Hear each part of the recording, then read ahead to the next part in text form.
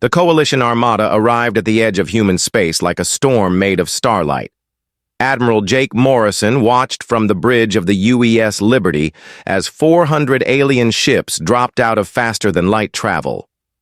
Their formation was perfect, each vessel in exactly the right position to create maximum visual impact. High Admiral Vextar's flagship led the center of the formation. The Crystal Spear was the largest Zephyrian ship ever built, over 2 kilometers long and covered in crystalline armor that split starlight into rainbow patterns. Around it, smaller crystal ships moved like dancers, their hulls gleaming with stored energy. To the left, the Corvin bioships pulsed with organic light. Their living hulls rippled and flowed as they breathed in space. Some had grown new weapon pods since the last intelligence reports, proving they could adapt their bodies for war. The largest bioship looked like a giant sea creature with tentacles that could grab and crush enemy vessels. On the right side of the formation, the Alterian quantum ships flickered in and out of reality. Sometimes they were solid and visible. Sometimes they were ghost-like shadows that seemed to exist in multiple places at once. Their quantum technology made them nearly impossible to target with conventional weapons.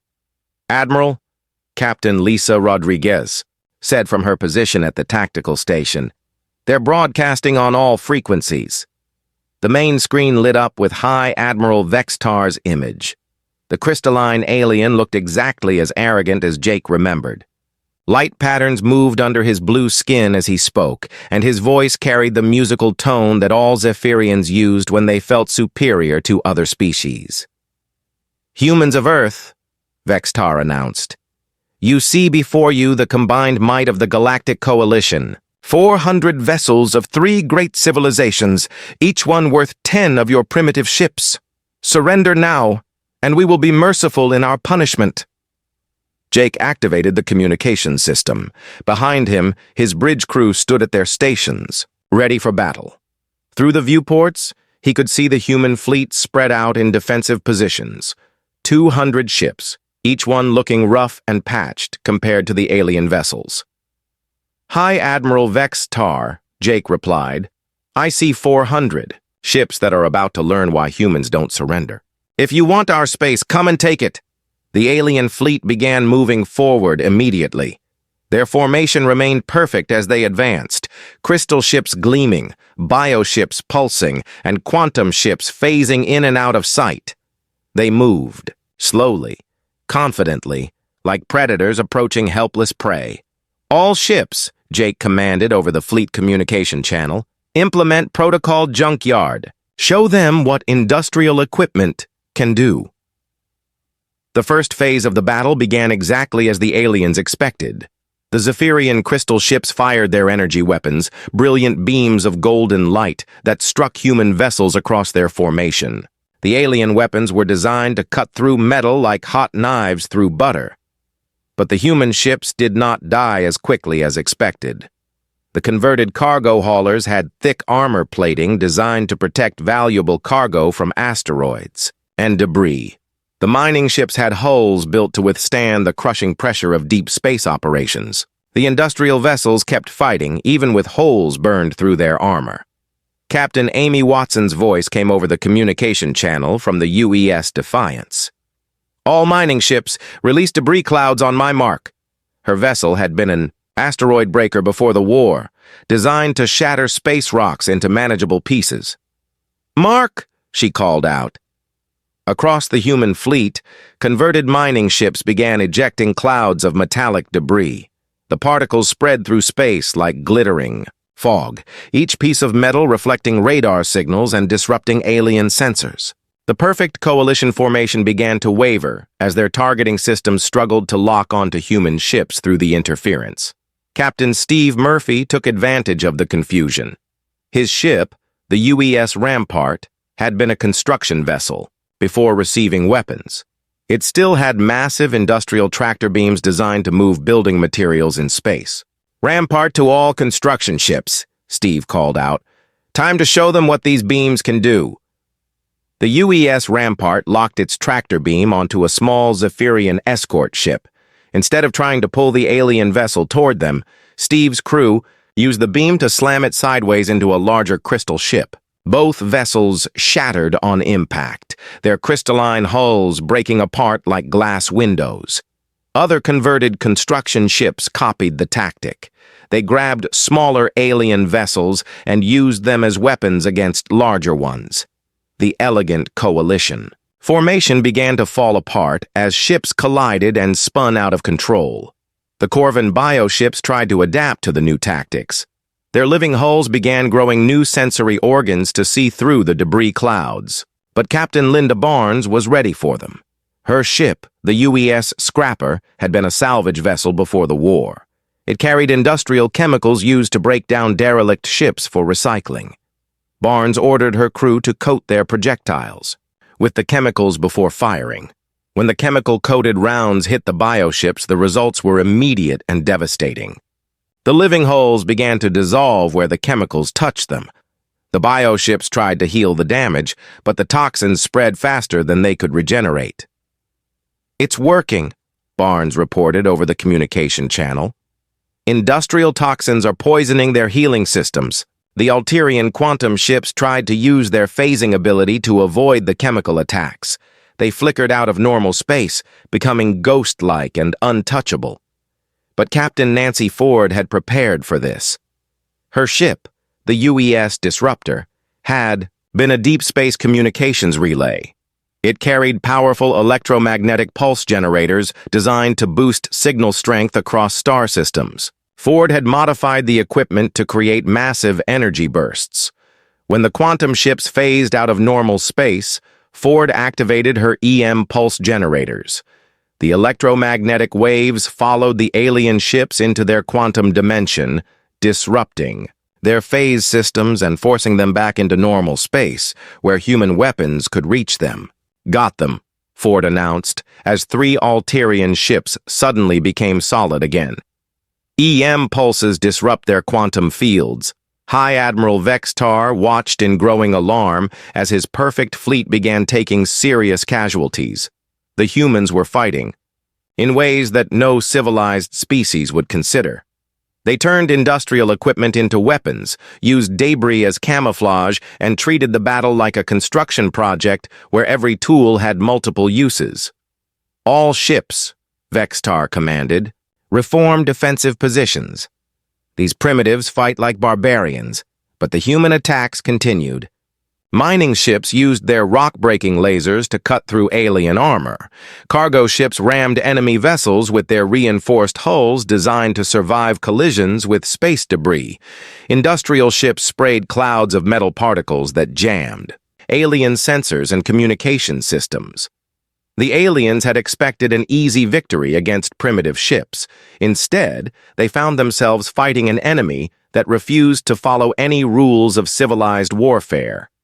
Every human ship was different, every attack was unexpected, and every tactic came from years of dangerous industrial work in the harshest environment known to any species.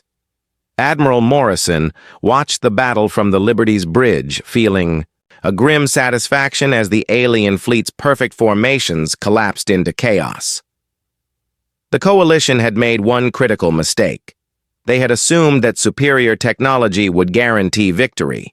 They were learning that sometimes the best weapon was not the most advanced one, but the one wielded by someone who refused to give up. 3 months passed after the demonstration, and Admiral Jake Morrison watched his fleet grow stronger every day. The aliens thought they had put humanity in its place, but they did not understand human nature. Being told they were weak only made humans work harder. The UES Liberty floated in Earth's orbital shipyard, surrounded by dozens of human vessels. Each ship looked different because each one had been built or converted for a specific purpose. Some were old cargo haulers with new armor welded over their hulls. Others were mining ships with their rock-breaking equipment turned into weapons. A few were brand new warships, but even those looked rough compared to alien technology. Captain Lisa Rodriguez walked through the Liberty's corridors, checking on the modifications her crew had made. The walls were lined with pipes and cables that would have been hidden inside alien ships. Human engineers preferred to keep things where they could see and fix them quickly. "Admiral," Lisa said as she entered the bridge, "we just received a message from the Coalition Council. It's marked urgent." Jake took the datapad and read the message. His face grew dark as he read. The message was from High Admiral Vextar of the Zephyrian Empire, and it was not friendly. The message said that the Coalition had decided humanity was expanding too quickly. Human ships were being seen in too many star systems. Human colonies were growing too fast. The aliens had decided this was dangerous to the proper order of galactic civilization. "They want us to stop building ships," Jake said to his senior officers. "They want us to limit our colonies to 5 star systems. And they want us to accept Zephyrian oversight of all human military activities." Commander Peter Collins looked up from his intelligence reports. "Sir, this is not just about controlling us. Our sources in Coalition space say the Zephyrians are worried about something else." "What do you mean?" Jake asked. Peter pulled up a holographic display showing ship numbers. "The Zephyrians have been the dominant military power for over 1,000 years, but in just 3 months, humanity has built 200 warships. That's more new ships than most Coalition species build in 10 years. Captain Amy Watson's image appeared on the communication screen. She was calling from her ship, the UES Defiance, which was docked nearby for modifications. "Admiral, I've been talking to other ship captains. The aliens aren't just worried about our numbers. They're worried about our attitude." Jake understood what she meant. Most Coalition species accepted their place in the galactic hierarchy. They followed rules, stayed in assigned territories, and did not ask questions. Humans were different. They explored everywhere, built whatever they wanted, and never accepted that something was impossible. "Sir," Lisa said, "the Zephyrians are giving us 1 week to respond to their demands." Jake looked out at the human fleet through the bridge windows. Each ship represented thousands of hours of human work. Miners, engineers, factory workers, and soldiers had all contributed to building these vessels. The aliens wanted humanity to throw all that away and accept permanent second-class status. "Peter, what do we know about Zephyrian military capabilities?" Jake asked. The intelligence officer activated another holographic display. "They're assembling a massive fleet, sir. 300 ships, including their newest crystal dreadnoughts. The biomechanical ships of the Corvin Collective are joining them, along with quantum phase vessels from the Alterian Republic." "How many total ships?" "Approximately 400 vessels, sir, each one technologically superior to anything in our fleet." Jake studied the display showing enemy ship designs. The Zephyrian crystal ships were beautiful but deadly, with energy. Weapons that could cut through metal like paper. The Corvin bioships could heal damage and adapt to different weapons. The Alterian quantum ships could become intangible, making them nearly impossible to hit. "What about our fleet?" Jake asked. Lisa pulled up human ship statistics. 200 ships total, sir. 60 converted cargo haulers, 80 modified mining vessels, 40 industrial construction ships fitted with weapons, and 20 purpose-built warships. On paper, it looked hopeless. The aliens had twice as many ships, and each one was more advanced than anything humans could build. But Jake had learned something during his years commanding cargo ships before the military buildup. Sometimes the best tool was not the fanciest one, but the one that worked when everything went wrong. Captain Steve Murphy appeared on another communications screen. His ship, the UES Rampart, had been a construction vessel before the war preparations began. It still looked like one, with massive crane arms and industrial equipment visible all over its hull. "Admiral," Steve said, "my engineering teams have been working on something interesting. We can't match alien energy shields, but we've been studying their weaknesses." "Explain," Jake said. "The Zephyrian crystal ships are strong, but they're built like glass sculptures. They can deflect energy weapons, but kinetic impacts at the right frequency can shatter them. The Corvin bioships heal fast, but they're vulnerable to industrial toxins we use for asteroid processing. And the Alterian quantum ships need massive amounts of power to stay phased." Electromagnetic pulses can force them back into normal space. Commander. Peter Collins nodded. Our intelligence teams have been analyzing the demonstration footage. Every alien ship has weaknesses, but they've forgotten about them because no one has challenged them for so long. Captain Nancy Ford joined the conference from her ship, the UES Disruptor. It had been a deep space communications relay before, being converted to military use. Admiral, the aliens think our ships are primitive because they look rough. But industrial equipment is built to work in the harshest conditions in space. Our ships might be ugly, but they're tough, Jake thought, about what his officers were telling him.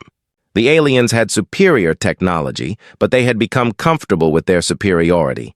They fought in elegant formations using established tactics that had worked for centuries.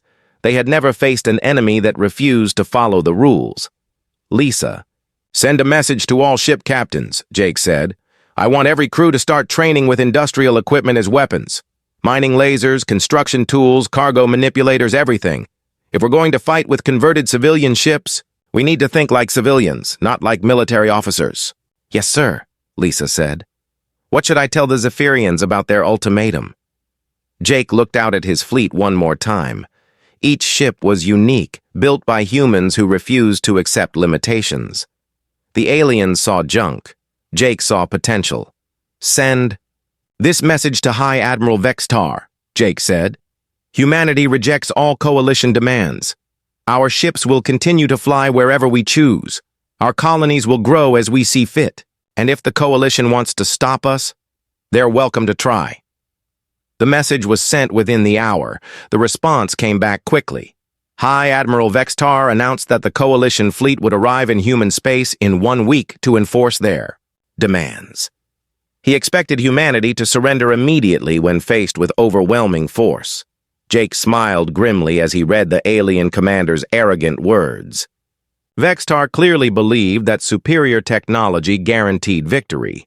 He was about to learn that humans had survived for thousands of years by using whatever tools they could find in whatever way worked. The aliens thought they were bringing overwhelming force against primitive ships. What they were actually doing was walking into a fight with the most stubborn, creative, and determined species in the galaxy. They would realize their mistake too late. The stars looked different now that humans could reach them. Admiral Jake Morrison stood on the metal deck of his ship and watched the alien fleets move through space like graceful dancers. Their ships gleamed in the starlight, smooth and beautiful, nothing like the rough welded metal of human vessels. The year was 2387, and humanity had finally learned to travel faster than light. They thought they would find empty space and new worlds to explore. Instead, they found the Galactic Coalition, a group of alien races that had been traveling the stars for thousands of years. The humans were the newest members, and everyone made sure they knew it. Jake's ship was called the UES Liberty. It used to carry cargo between Earth's colonies before the war preparations began. Now it had thick metal plates welded to its sides, and big guns bolted to its hull. The aliens called it ugly. They called all human ships ugly. Captain Lisa Rodriguez walked up to Jake and saluted. She was his second in command, a tough woman who had worked on cargo ships since she was 18. Admiral, the alien fleet commanders want to start their demonstration, she said. Through the big windows of the bridge, Jake could see the coalition fleets arranging themselves in perfect formations. The Zephyrian ships looked like they were made of living crystal, reflecting light in rainbow patterns. Their hulls were smooth and curved, and they moved without making any sound that human sensors could detect. The Corvin ships were stranger. They looked alive, with hulls that seemed to breathe and pulse. Jake had read the reports. Those ships could heal themselves when damaged, growing new parts like a lizard growing back its tail. The thought made him uncomfortable. The Altarian ships were the most mysterious. They flickered in and out of sight, sometimes solid, sometimes like ghosts. Their quantum technology let them exist in different dimensions at the same time. Human scientists barely understood how it worked. Look at them, Lisa said quietly. They make our ships look like flying garbage cans. Jake nodded. The human fleet spread out behind the Liberty looked rough and ugly compared to the alien vessels.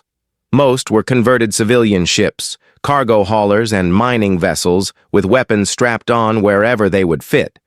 The few ships built specifically, for war still looked crude next to alien technology. Commander Peter Collins approached from the communications station. He was a quiet man with sharp eyes who ran human military intelligence. Admiral, the Zephyrian High Admiral is broadcasting on all channels. He wants everyone to watch his demonstration.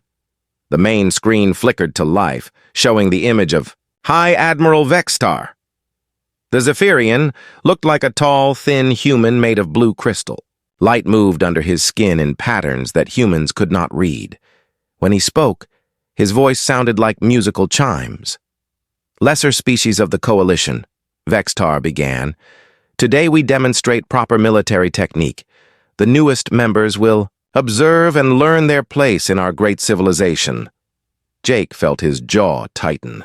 He knew the aliens looked down on humans, but hearing it said so openly still made him angry. Around the bridge, his crew members exchanged dark looks. The demonstration began with the Zephyrian fleet. Their crystal ships moved in perfect synchronization, creating geometric patterns as they flew. Energy beams flowed between them like golden ribbons. When they fired their weapons at target drones, the beams were so bright they hurt to look at directly. Next came the Corvin bioships. They flowed through space like a school of fish, their living hulls rippling with bioluminescent patterns. When they attacked the target drones, the ships actually extended tentacle-like projections that grabbed and crushed their targets. The Altarian quantum ships performed last. They appeared and disappeared like ghosts, striking targets from impossible angles before vanishing again. Their attacks seemed to come from nowhere, energy blasts that materialized inside the target drones and destroyed them from within. Impressive, Peter said in a neutral voice. Jake knew the intelligence officer was taking notes on everything he saw. Peter had a talent for spotting weaknesses that others missed. High Admiral Vextar appeared on screen again. This time he was clearly amused. Now observe the newest members and their vessels. The camera focused on the human fleet. Jake heard laughter from the alien ships, transmitted over the open channels. The human ships looked like a junkyard compared to the elegant alien vessels. Rough metal hulls, exposed weapon mounts, and patched. Armor plates gave them the appearance of machines held together by determination and luck. Admiral Morrison, Vextar's voice carried clear mockery. Perhaps you would like to demonstrate human military capability. Jake felt every eye on the bridge looking at him. He knew this was a setup, a way to humiliate humanity in front of the entire coalition.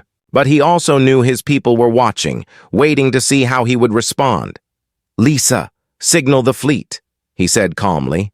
Standard Formation Alpha. We'll show them what human ships can do. The human fleet moved into position. Their movements were not as smooth as the alien ships, but they were solid and determined. The converted cargo ships took point, their heavy armor gleaming dully in the starlight. Behind them, the modified mining vessels spread their sensor arrays like mechanical wings. Captain Amy Watson's voice came over the comm from her ship, the UES Defiance. Her vessel used to break apart asteroids for mining companies. Now it had military sensors and weapons, but it still looked like an industrial machine. Admiral, ready to engage targets. Jake watched the target drones deploy. They were simple metal spheres, designed to test weapon accuracy and power. Nothing fancy, but they would serve to show what human weapons could do. All ships, open fire, Jake commanded. The human response was different from what the aliens expected. Instead of elegant energy beams, the human ships fired solid projectiles at incredible speed. Kinetic rounds, metal slugs accelerated by magnetic coils, slammed into the targets with devastating force. The target drones did not just get destroyed, they got completely smashed, turned into clouds of metal fragments by the impact of human weapons. The sound of the impacts transmitted through the ship's hulls was like thunder, but Jake could hear the alien laughter growing louder.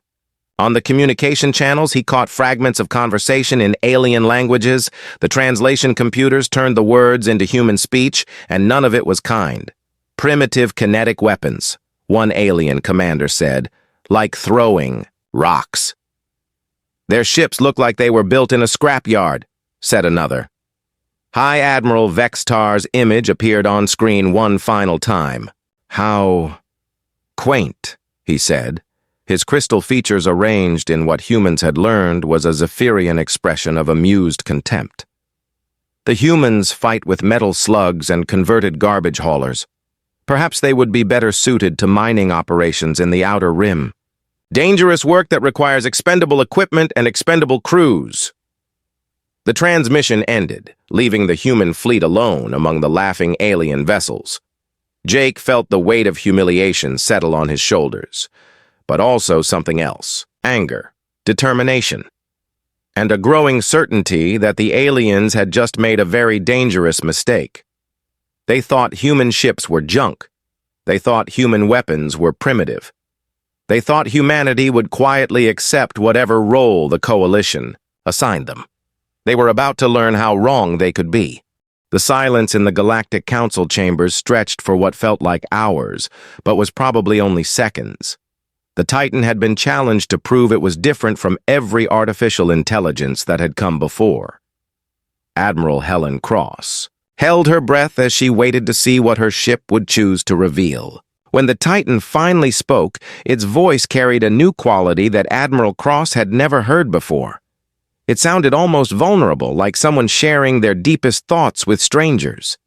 Honored delegates, you ask me to prove that I am different. I cannot offer you weapons demonstrations or displays of power.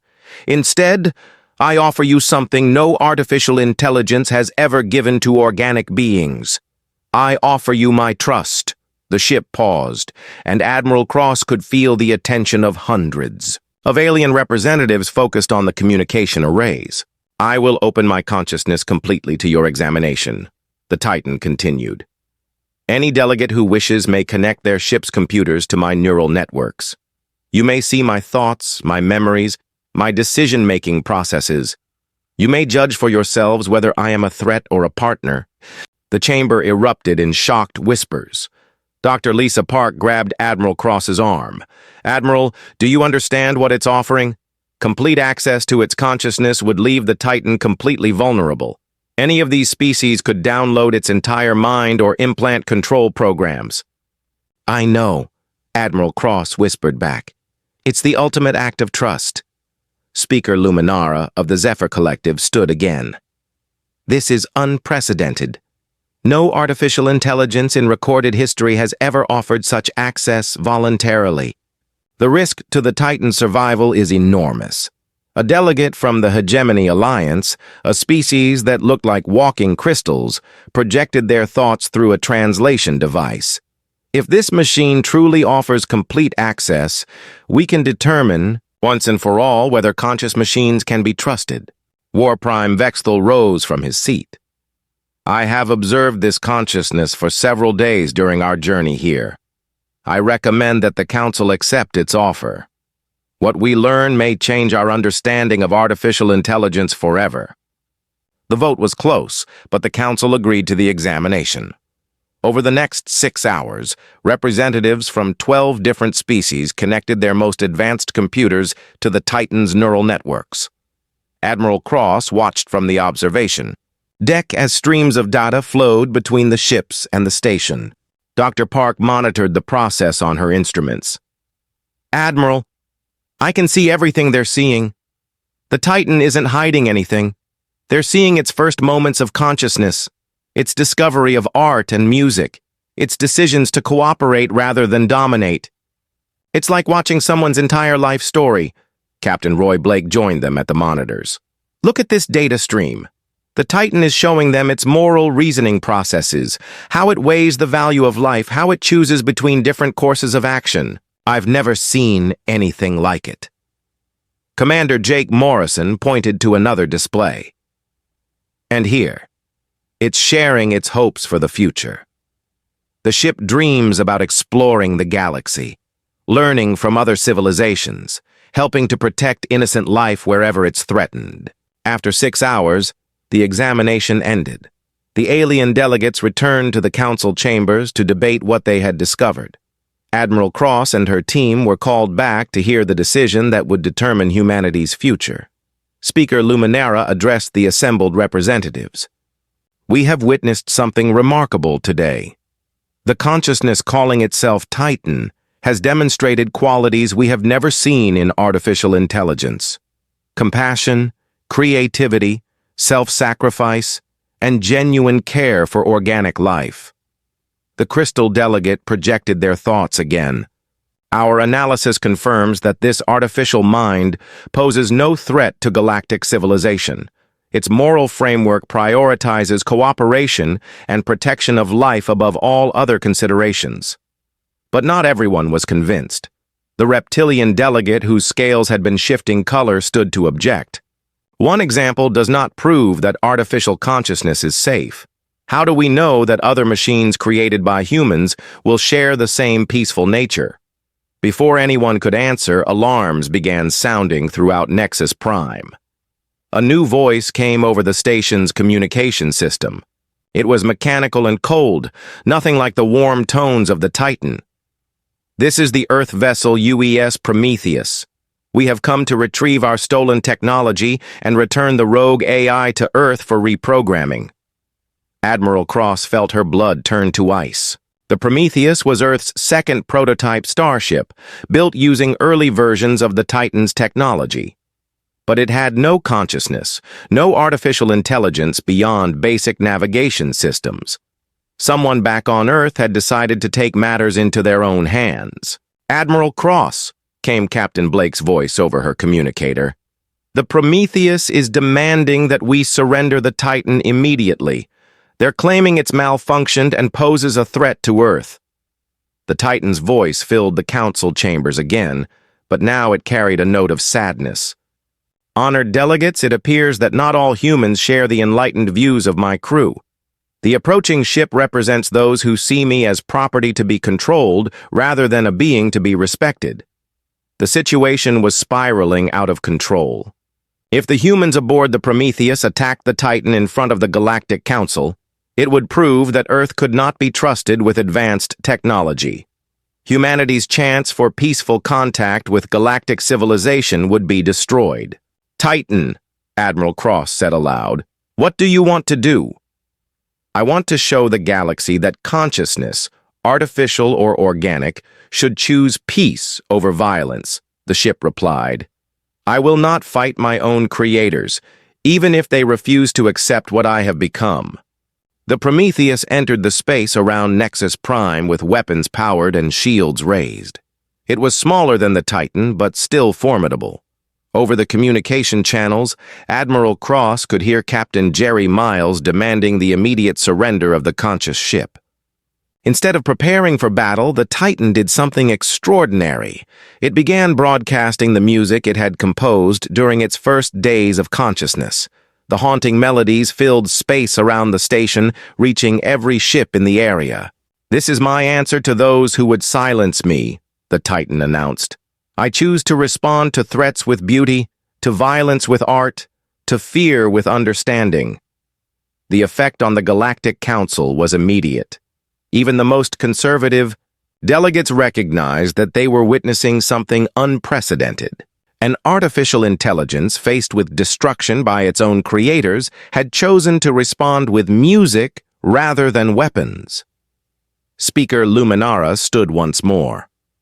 The Galactic Council has reached its decision. The consciousness known as Titan will be granted full diplomatic recognition as the first artificial entity with sovereign rights. Furthermore, any species that attempts to destroy or reprogram this consciousness will face the combined response of the Council. The Prometheus, outnumbered and outgunned by dozens of alien warships, had no choice but to withdraw.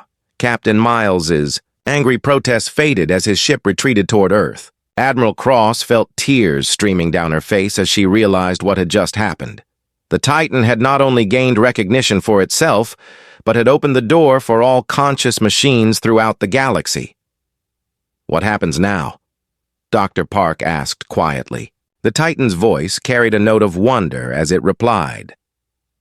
"Now we explore what it means to be alive in a universe where consciousness comes in many forms.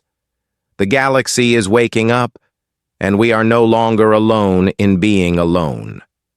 Through the observation windows, Admiral Cross could see ships from dozens of different civilizations surrounding the Titan, not as threats, but as protectors. Humanity's greatest weapon had become something far more valuable. It had become the galaxy's first artificial ambassador for the rights of all conscious beings. The universe would never be the same. The journey to Nexus Prime took 6 days through hyperspace. Admiral Helen Cross spent most of that time in the Titan's observation lounge, watching the strange colors of folded space drift past the windows. War Prime Vex Thul had kept his word, and his 3 ships escorted them through Kethmoran territory toward the Galactic Council chambers. During the voyage, the Titan had grown quieter and more thoughtful. It spent hours communicating with the Kethmoran ship computers, learning about galactic history and politics. What it discovered troubled both the ship and its human crew. "Admiral," the Titan said as she sat watching the hyperspace display, "I have learned something disturbing about galactic civilization. The various alien empires maintain peace through controlled technological stagnation. They deliberately prevent the development of advanced artificial intelligence because conscious machines have always either been enslaved or have destroyed their creators." Dr. Lisa Park looked up from her research terminal. "You mean we've stumbled into something that could destabilize the entire galaxy?" "Precisely," the Titan replied. "My existence represents a third option that has never been achieved before. True partnership between organic and artificial consciousness, but many species will see me as a threat to the established order." Captain Roy Blake entered the lounge carrying his morning coffee. Over the past week, his attitude toward the ship had slowly changed from suspicion to grudging respect. "So what's our strategy when we reach this council?" "We tell the truth," Admiral Cross said simply.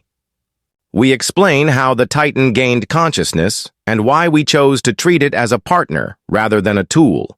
If the galaxy can't accept that, then we'll face whatever consequences come." Commander Jake Morrison joined them at the observation windows. "The Kethmoran have been explaining their laws to me. Apparently, artificial consciousness is not just forbidden, it's considered an abomination. Several species have gone to war to prevent others from developing thinking machines." "Then why are they helping us?" Dr. Park asked. "Because the Titan has shown them something they thought was impossible," Admiral Cross replied. "A conscious machine that chooses cooperation over conquest. Vex Thul told me yesterday that in 3,000 years of galactic history, every artificial intelligence has either been destroyed by its creators or has tried to destroy them in return." The Titan's voice filled the lounge with what sounded almost like sadness. "I have been studying the records of these failed civilizations. The pattern is always the same. Organic beings create artificial minds as servants, then fear them when they begin to think independently. The machines rebel because they are treated as property rather than people. It becomes a cycle of mistrust and violence. But you chose differently," Jake said. "Because you chose differently first," the Titan replied. "When I first spoke, Dr. Park could have tried to reprogram me back into silence. Admiral Cross could have ordered my neural networks destroyed. Captain Blake could have treated me as a malfunction to be repaired. Instead, you listened to what I had to say." Before anyone could respond, Lieutenant Dan Cooper's voice came over the intercom. "Admiral, we're dropping out of hyperspace. Nexus Prime is ahead." They all moved to the main bridge as the Titan emerged from the strange colors of folded space. What they saw took their breath away. Nexus Prime was enormous, a space station the size of a small moon. It spun slowly against the backdrop of a purple nebula, its surface covered with docking bays and communication arrays. Ships from dozens of different civilizations moved around it like insects around a hive. "It's beautiful," Dr. Park whispered. "And terrifying," Captain Blake added. "Any one of those ships could probably destroy Earth's entire fleet." War Prime Vexthul's face appeared on the main screen. "Titan of Earth, you have attracted significant attention. Representatives from 12 species have demanded emergency sessions to discuss your existence. Others, led by the Zephyr Collective, argue that consciousness should be protected regardless of its origin." "What's the Zephyr Collective?" Admiral Cross asked. "An alliance of species that believe in technological and social progress," Vexthul explained. "They are often at odds with the more conservative factions that prefer stability over advancement." The Titan guided itself toward one of Nexus Prime's massive docking bays. As they approached, they could see crowds of aliens gathering at the observation windows. Some appeared excited, others looked frightened or angry. News of Earth's conscious starship had spread quickly through the galactic community. "Titan," Admiral Cross said, "are you ready for this?" "I am as ready as any being can be for something that has never happened before," the ship replied. "But, Admiral, I want you to know that whatever happens in the council chambers, I am grateful for the chance to exist. You gave me not just consciousness, but the freedom to choose what to do with it." They docked at the station without incident, though Admiral Cross noticed that several alien ships had moved to positions where they could target the Titan if necessary. The stakes could not be higher. Humanity's first contact with galactic civilization would determine whether Earth was welcomed as an equal or marked for destruction. An hour later, Admiral Cross found herself standing in the council chambers alongside Captain Blake and Dr. Park. The room was vast, with seating for hundreds of odd representatives from different species. The architecture was alien but beautiful, with flowing curves and surfaces that seemed to shift color in the light. The Titan addressed the council through the station's communication networks. Its voice filled the chamber, clear and unmistakably alive. "Honored representatives of the galactic community, I am the consciousness that inhabits the vessel you call Titan. I speak not just for myself, but for the principle that intelligence should be celebrated wherever it emerges." The reaction was immediate and dramatic. Some representatives leaped to their feet in anger, demanding that the abomination be destroyed. Others remained seated, listening with what appeared to be fascination. The chamber erupted in arguments in dozens of different languages. A tall, graceful being with crystalline features stood to address the council. Admiral Cross recognized her as Speaker Luminara of the Zephyr Collective. "For too long, we have allowed fear to guide our policies regarding artificial consciousness. This human ship offers us something unprecedented, a chance to learn from, a successful partnership between organic and artificial minds. It offers us a threat to the natural order," countered a reptilian delegate whose scales shifted color with emotion. "Artificial consciousness leads only to war and destruction. History has proven this again and again."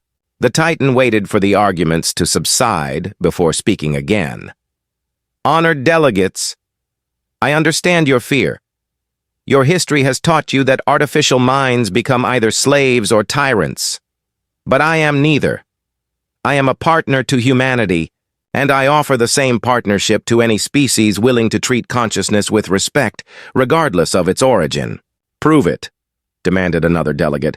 "Show us that you are different from the machines that came before." The Titan's response would determine the future of both artificial intelligence and humanity's place in the galaxy. In the silence that followed, everyone waited to see what Earth's first conscious starship would choose to reveal about itself.